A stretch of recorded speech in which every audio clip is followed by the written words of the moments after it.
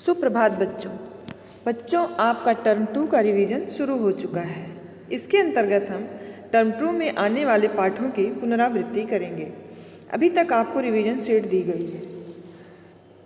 2 revision sheet क्रिया पाठ से और एक लेखन पत्र से। तो आइए हम इन्हीं दोनों पाठों पर कुछ चर्चा करते हैं। तो सबसे पहले हम क्रिया पाठ की पुनरावृत्ति करेंगे। इससे पहले के पाठों का अध्ययन आपने टर्म 1 में कर चुके हैं। जैसा कि आप जानते हैं, जिस शब्द से किसी कार्य के होने अथवा करने का बोध होता है उसे क्रिया कहते हैं। क्रिया के 2 भेद हैं, अकर्मक क्रिया, सकर्मक क्रिया। ऐसी क्रियाएं जिन्हें कर्म की आवश्यकता नहीं होती उन्हें अकर्मक क्रिया कहते हैं। अकर्मक क्रिया का फल कर्ता पर पड़ता है। जैसे लड़के दौड़ रहे हैं, दादी जी आ रही हैं। इन वाक्यों में दौड़ रहे हैं क्रिया का फल कर्ता पर पड़ रहा है, इसमें कोई कर्म नहीं है, अतः यह अकर्मक क्रिया है। सकर्मक क्रिया, ऐसी क्रियाएं जिन्हें कर्म की आवश्यकता होती है उन्हें सकर्मक क्रिया कहते हैं। सकर्मक क्रियाओं का फल उनके कर्म पर पड़ता है। जैसे निकिता ने साइकिल चलाई। इस वाक्य में चलाई क्रिया का फल साइकिल पर पड़ रहा है, इसलिए यह सकर्मक क्रिया है। रानी ने पत्र लिखा। इस वाक्य में लिखा क्रिया है और इसका फल पत्र पर पड़ रहा है, अतः पत्र जो है वह कर्म है, इसलिए सकर्मक क्रिया है। अकर्मक और सकर्मक क्रिया की पहचान। सकर्मक क्रिया की पहचान।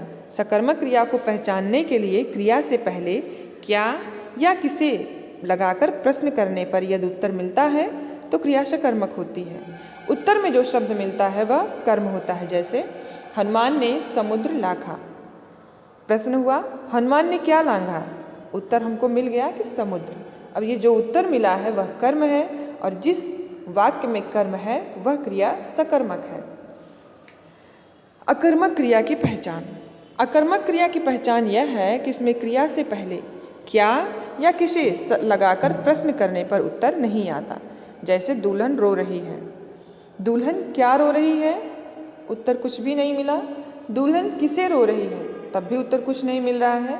तो इन प्रश्नों के उत्तर नहीं मिल रहे हैं, अर्थात इनमें कर्म नहीं है। तो जिनमें कर्म नहीं होता है वह अकर्मक क्रिया होती हैं। अब आइए हम जान लेते हैं सकर्मक क्रिया के भेद। सकर्मक क्रिया के 2 भेद हैं, एक कर्मक क्रिया, द्विकर्मक क्रिया। जिनमें ऐसी सकर्मक क्रिया जिनका एक कर्म होता है उसे एक कर्मक क्रिया कहते हैं।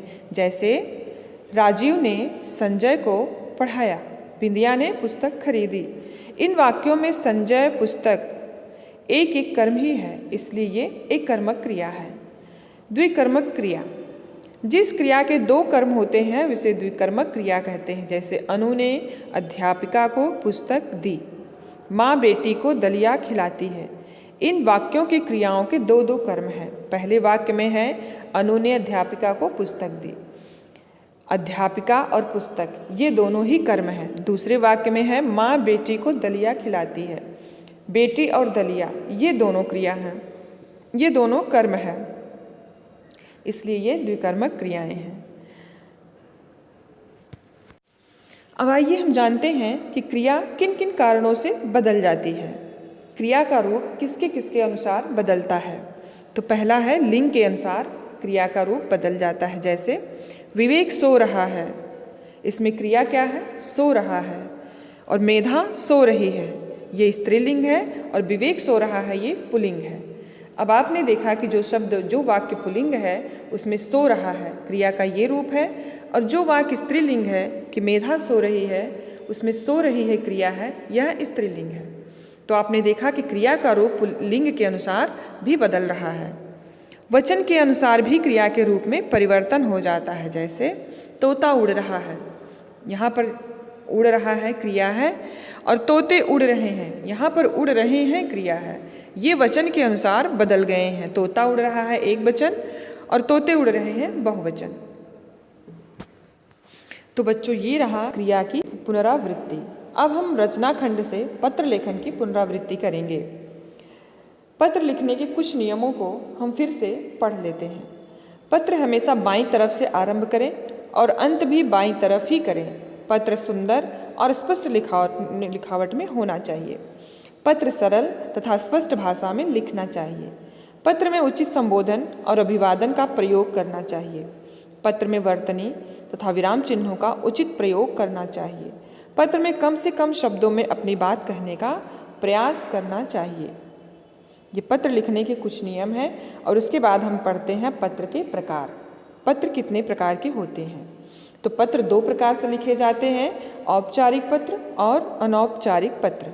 औपचारिक पत्र वह होता है कि जिन व्यक्तियों के साथ व्यक्तिगत संबंध नहीं होते उन्हें लिखे जाने वाले पत्र औपचारिक पत्र होते हैं। जिनके साथ हमारा कोई रिश्ता नहीं होता है, कोई व्यक्तिगत रिश्ता नहीं होता है, उनको लिखे जाने वाले पत्र औपचारिक पत्र होते हैं। अपने अध्यापक, प्रधानाचार्य या किसी अधिकारी तथा व्यापारी आदि को लिखे जाने वाले पत्र औपचारिक होते हैं। दूसरा है अनौपचारिक पत्र। अपने मित्रों, सगे संबंधियों या रिश्तेदारों को लिखे गए पत्र अनौपचारिक पत्र कहलाते हैं। इन्हें घरेलू पत्र भी कहते हैं। आप जिस पत्र का आप रिवीजन कर रहे हैं वह अनौपचारिक पत्र है। अब आज की वीडियो में बस इतना ही। Thank you.